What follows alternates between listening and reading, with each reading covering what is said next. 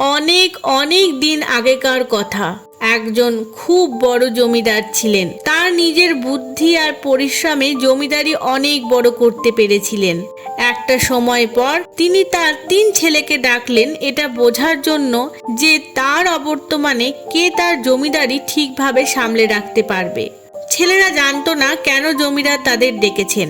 জমিদার ছেলেদের কিছু প্রশ্ন করে পরীক্ষা নিতে চাইলেন কে তার জমিদারির প্রকৃত উত্তরসূরি। জমিদার 3 জনকে ডেকে বললেন, তোমাদেরকে আমি একটা কাজ দেব, তোমরা খুব গুরুত্ব দিয়ে কাজটি করবে। 3 জন চুপ করে বাবার কথা শুনতে লাগলো। জমিদার বললেন, ধরো আমি নেই, সেই সময়ে আমাদের জমিদারি দেখভাল করতে গিয়ে যদি কোনো কর্মচারীকে সাজা দিতে হয় তবে তোমরা কি করবে? জমিদারের বড় ছেলে বলল, তাকে এত বড় সাজা দেব যাতে সে আর কখনো ওই কাজ করার সাহস না পায়। মেজ ছেলে বলল, তাকে ফাঁসি দিয়ে দেব যাতে ওই রকম কাজ করার আগে অন্য লোকেও দুবার ভাবে, কেউ যেন ওই রকম অপরাধ করার সাহস না পায়। জমিদারের ছোট ছেলে একটু বেশি বুদ্ধিমান, বেশি সমজদারও ছিল। বলল, পিতা আপনি যদি আমাকে অনুমতি দেন তবে আমি এই প্রশ্নের উত্তর দেওয়ার আগে আপনাকে একটা ছোট গল্প শোনাতে চাইছি। জমিদার বলল, ঠিক আছে, তুমি তোমার গল্প শোনাও। সে তখন গল্প শোনাতে শুরু করলো। এক অনেক বড় রাজা ছিলেন, আর সেই রাজার একটা টিয়া পাখি ছিল। রাজা সেই টিয়া পাখিকে খুব ভালোবাসতেন, তাকে খুব আদর যত্ন করে রাখতেন। একদিন টিয়া বলল সে কয়েকদিনের জন্য বাড়ি যাবে তার মায়ের সাথে দেখা করতে। রাজা বললেন, ঠিক আছে যাও, তবে বেশি দিন থেকো না, তাড়াতাড়ি ফিরে এসো, বেশি দেরি করো না, আর অনেক দূরের রাস্তা সাবধানে যেও। টিয়া বাড়ি চলে গেল। কয়েকদিন মায়ের সাথে থেকে মায়ের আদর যত্ন করে রাজার কাছে ফিরে আসার জন্য বেরিয়ে পড়ল। টিয়া যখন ফিরছিল সে একটা আম গাছ দেখতে পেল। টিয়া অনেকের কাছে শুনেছিল যে ওই গাছের ফল খায় সে অমরত্ব লাভ করে। টিয়া তখন রাজার জন্য একটি ফল নিয়ে আসছিল। অনেক দূরের রাস্তা। ক্লান্ত হয়ে টিয়া একটি গাছের নিচে আমটিকে রেখে ঘুমিয়ে পড়ল। সেই সময় আমটিকে একটি বিষাক্ত সাপ কামড়ে দিল, ফলে আমটি বিষাক্ত হয়ে গেল।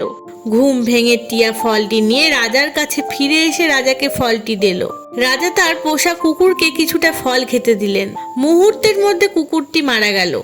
রাজা ভীষণ রেগে গেলেন। সাজা দেওয়ার নাম করে টিয়াকে মেরে ফেললেন আর আমটিকে দূরে ফেলে দিলেন। কিছুদিন পর সেই জায়গায় একটি আমের গাছ জন্মালো।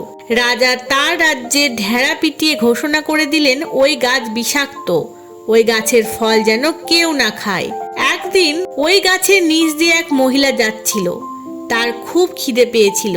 সে গাছটির ব্যাপারে কিছুই জানতো না। সে দেখতে পেল গাছের নিচে আম পড়ে আছে। সে তখন সেই আম তুলে নিয়ে খেয়ে ফেললো। দেখা গেল আম খাওয়ার পর থেকে ধীরে ধীরে মহিলার বয়স কমে যাচ্ছে। ক্রমশ সে জোয়ান হতে লাগলো।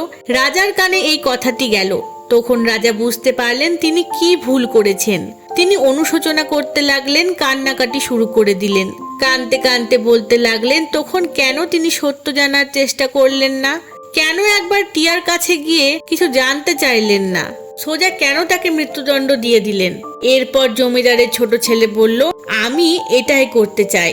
আমি কখনোই চাইবো না সম্পূর্ণ সত্য না জেনে আমি কাউকে সাজা দিই। অন্য কারো কথা শুনে আমি কোনো মানুষকে সাজা দিতে চাই না। আমি আগে সবকিছু জানতে চেষ্টা করব, তারপর সাজা দেওয়ার প্রয়োজন আছে কিনা তা ঠিক করব। এতে আমি সঠিক সিদ্ধান্ত নিতে পারবো। তাতে নিরপরাধ ব্যক্তি সাজা পাবে না। এতে ভুল হওয়ার সম্ভাবনা কমে যাবে। এই কথা শুনে জমিদার খুব খুশি হলো, আর তার জমিদারের দায়িত্ব কোন ছেলেকে দেবে এই সিদ্ধান্তও সহজেই নিতে পারল। বন্ধুরা, এই গল্প থেকে আমরা কি শিখলাম? আমাদের কখনোই উচিত নয় কোনো কাজে তাড়াতাড়ি সিদ্ধান্ত নেওয়া। ভাবনা চিন্তা করে বুদ্ধি খাটিয়ে আমাদের সিদ্ধান্ত নিতে হবে।